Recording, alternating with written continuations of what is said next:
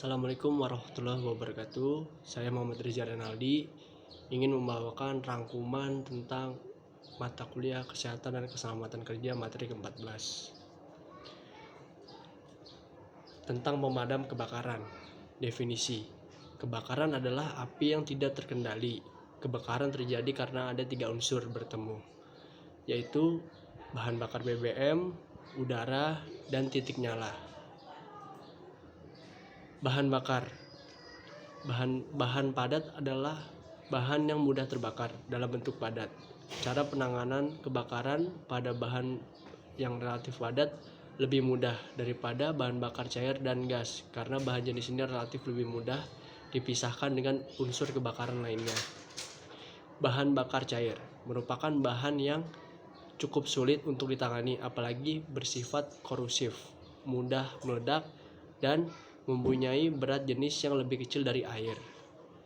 Bahan bakar gas merupakan bahan yang sangat berbahaya karena bahan ini mudah meledak jika terjadi peningkatan suhu, peningkatan tekanan, dan terbentuk benturan gas yang dipasarkan di dalam tabung gas.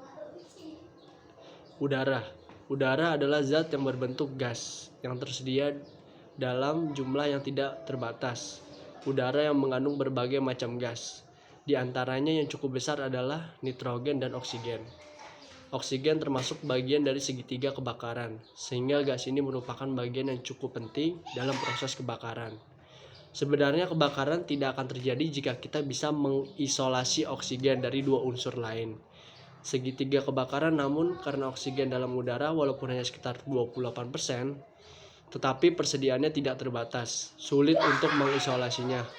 Oksigen murni yang dikemas dalam tabung diwaspadai. Kendati tidak mudah terbakar, namun tekanannya sangat tinggi dan menyebabkan terjadinya kebakaran. Titik nyala. Titik nyala sering dikatakan sebagai peletup.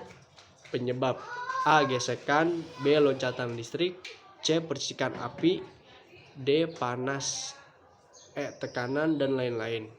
Pada bahan-bahan tertentu, panas titik nyala dapat menyebabkan terbakarnya bahan tersebut tanpa adanya penyalaan api terlebih dahulu.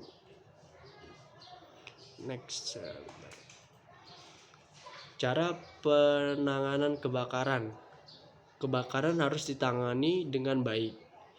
Penanganan yang dilakukan tidak hanya sekedar melakukan pemadaman saja, tetapi ada 3 langkah yang harus dilakukan, yaitu langkah pertama, pencegahan kebakaran, pemadaman kebakaran, prosedur evakuasi yang harus dilakukan. Untuk menjalankan 3 langkah tersebut, diperlukan sistem pengendalian kebakaran atau disingkat SPK. Dalam kaitannya dengan kondisi kebakaran, ada 5 hal yang harus dilakukan dalam SPK ini. Nah, 5 langkah tersebut terdiri dari 1. Mencegah penyalaan. 2. Pemadaman tahap dini. 3. Mencegah pertumbuhan api. 4. Mengontrol asap. 5. Melakukan evakuasi. Next. Pencegahan kebakaran.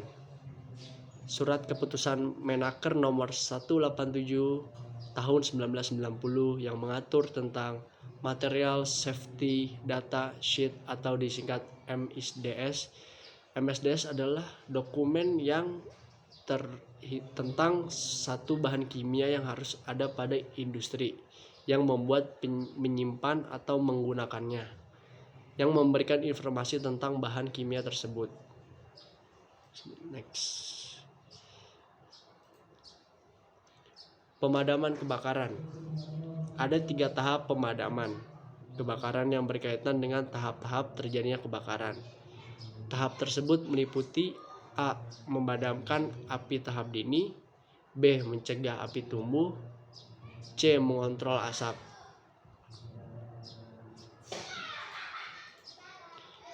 Memadamkan api tahap dini. Setiap kebakaran dimulai apinya dengan api yang kecil. Jika tidak segera diketahui dan dicegah, api tersebut akan membesar. Pemadaman api tahap dini merupakan langkah yang sangat penting dalam mencegah terjadinya kebakaran yang lebih besar. Alat yang dibutuhkan pada tahap ini adalah alat pemadam api ringan atau APAR. hidran yang menyediakan air bertekanan tinggi, fix system yang biasa terpasang di gedung-gedung serta peralatan lain di sekitar kita yang bisa digunakan untuk proses pemadaman api seperti karung goni, selimut, serta barang sejenis yang bisa menyerap air dan menutup api hingga terpisah dari udara. Mencegah api tumbuh. Jika api tidak segera dikuasai dan semakin membesar, maka diperlukan langkah untuk 1. Melokalisir api. 2. Melakukan pendinginan. 3. Menguraikan bahan yang terbakar. Cara mengontrol asap. Sebagian besar bahan yang terbakar menghasilkan asap yang berupa gas yang mengundang berbagai unsur. Sangat membahayakan bagi kesehatan, terutama organ pernafasan. Bahkan banyak korban jiwa dalam kejadian kebakaran yang disebabkan karena menghirup asap yang berlebihan. Oleh sebab itu, timbulnya asap harus dapat ditangani dengan baik dan diatasi dengan cepat. Yang terakhir, prosedur evakuasi.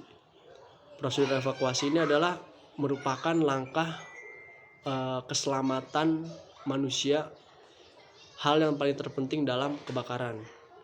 Ketika kebakaran sudah membesar dan tidak bisa diatasi dengan apar, maka yang harus dilakukan adalah melakukan evakuasi, baik itu manusia, hewan, ataupun barang. Pelaksanaan evakuasi dilakukan sesuai sistem evakuasi yang ada, baik pada gedung, bangunan, rumah, atau gudang tempat penyimpanan barang yang terbakar. Gedung yang baik memiliki sistem evakuasi yang standarisasi. Misalnya, lebar pintu harus dapat dilalui 40 orang di setiap menit. Ada petunjuk rute yang harus dilalui ketika terjadi kondisi darurat. Ada akses jalan yang dapat dilalui oleh mobil pemadam kebakaran dan lain-lain. Yang terakhir, mengingat pentingnya langkah-langkah evakuasi jika terjadi kebakaran, maka perlu adanya manajemen yang baik, SOP, latihan secara berkala dalam menghadapi kejadian kebakaran, dan penyebaran informasi tentang cara-cara penangguhan kebakaran. Baik, itu saja yang bisa saya sampaikan tentang materi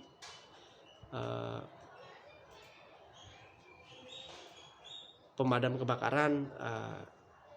Dari materi tersebut mungkin kita bisa mengambil hikmah bagaimana cara mengatasi dan menghindari apabila kebakaran itu terjadi, baik di rumah, di kantor, ataupun dimanapun kita berada.